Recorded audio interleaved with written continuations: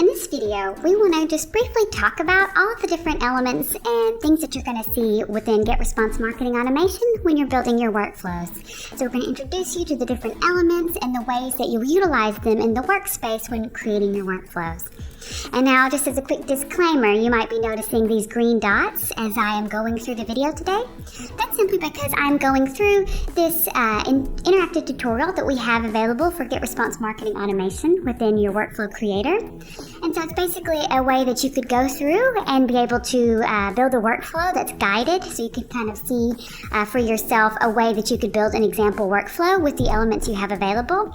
But maybe if you don't want to go through that video yourself, or that tutorial yourself, you could actually just have a look at this video and get an introduction to all of the different elements you have available, all of the different filters, actions, and conditions that you're going to use when creating your workflows.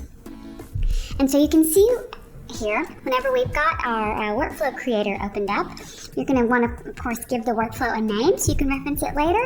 And then you're going to be able to see these different conditions that are available whenever someone is actually going to begin your workflow. So there's these basic ones available, like, for example, subscribes. So a condition of when someone subscribes, we're going to then do this. There's a tag and scoring section for conditions, so if someone has a particular score tag, and then there's these e-commerce conditions as well. But like I said, I'm going to go through this kind of predefined workflow we have just so you can see an example of a workflow that you could use within your own marketing automation goals.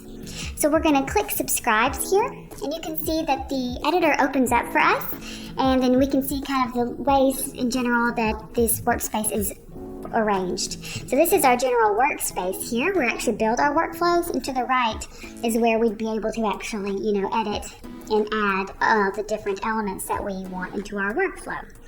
And again, you can see these things grayed out simply because of the way us going through the interactive tutorial together. But however, we're going to see that we've got this one enabled because we're going to actually utilize the send message action. And so again, this is our workspace where we build our workflow, and then we build it using all the different elements, which are made up of conditions, actions, and filters here at the bottom. So I'm going to simply drag and drop. That's how you're going to do everything here. It's going to drag and drop the send message action into the workspace here. We can see it sets itself in, and then we're going to connect these two dots here so the two elements are connected. And so we just simply connect a dot, and you can see it becomes highlighted in color, and it's ready to, start functioning for us. But we still have to utilize the properties for this particular element that we've just moved over. And so you can see we've got all of our elements here in this Elements tab, and then for each element, basically almost every time, you're going to further define its functions and specifics in the Properties tab. And so over here, we want to define more specifically what message we're going to be sending to someone when they subscribed via our form. So I'm going to choose this tutorial message here. And then we can see now that both of the elements here are fully colored, which means they're active. And this could be a workflow, for example. Someone subscribes, send a message. It could be as simple as that. But of course, we do want to extend this workflow just a bit more. So I'm going back to the Elements tab. And now I want to see if anyone has actually opened this particular message. So I'm going to move it over. You can see it goes into its place. And then yet again, remember we need to connect these two dots so that it is now a part of this workflow I'm creating. So we connect the dots. And then actually want to go ahead and check if someone has actually clicked a link in the message, because we're checking have they opened, but also have they been clicking. These are two important things for us to start to discern.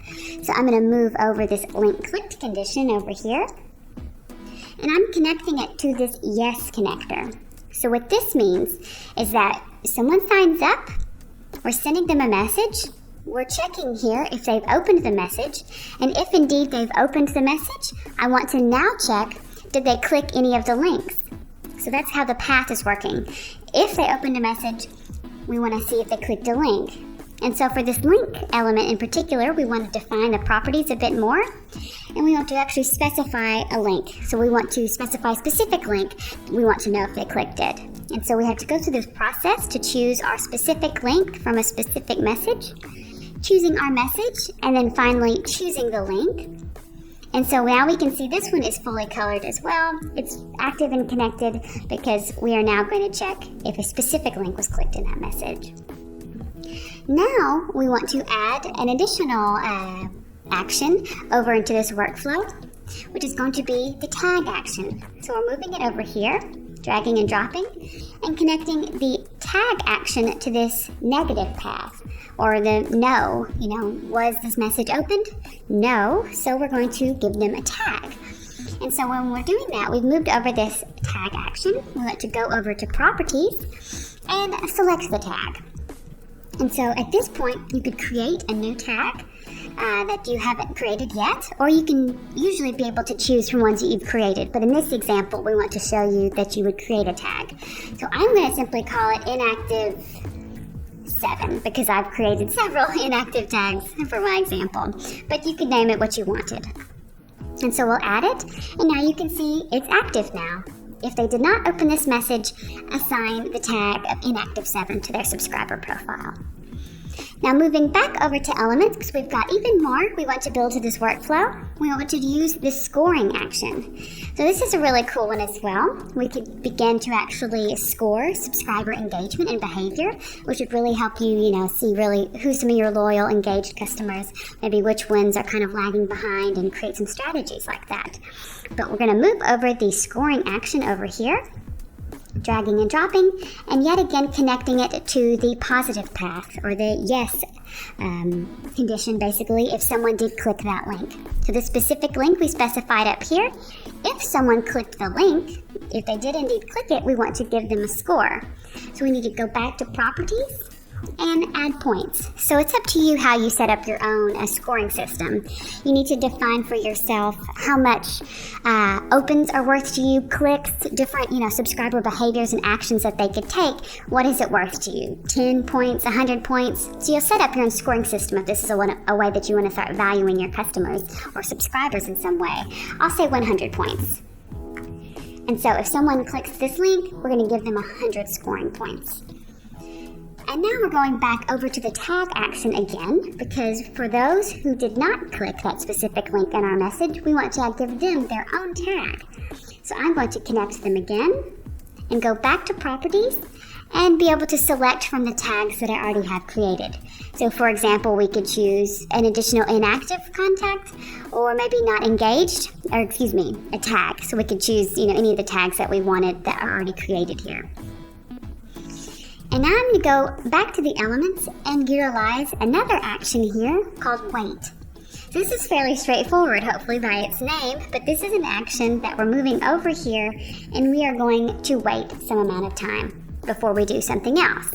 It's a good idea to, put some gaps in between particular maybe actions and conditions that you do, so everything is not just, immediate and you're blasting subscribers with all of these workflow messages immediately. You can space it out a bit, give it some time. And so we moved over the wait action, but we need to go over to properties and define how long we should wait. So let's simply say, in this case, we want to wait 2 days. And so we could do this here. So after we've added 100 scoring points to our clickers, we're going to wait 2 days, and then we're going to send them another message. So dragging over the send message action, connecting it to our 2-day wait period, and you can see our workflow, our interactive workflow has ended, but I think you can kind of guess how this is going to go.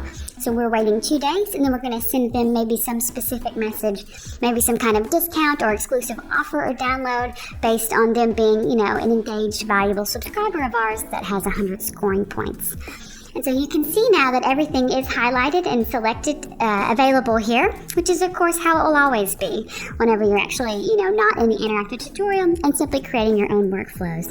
So I hope you guys feel a little bit more comfortable with what you're going to find and how you're actually going to work within the workflow editor by utilizing conditions, actions, and filters and building your workflow within this workspace here.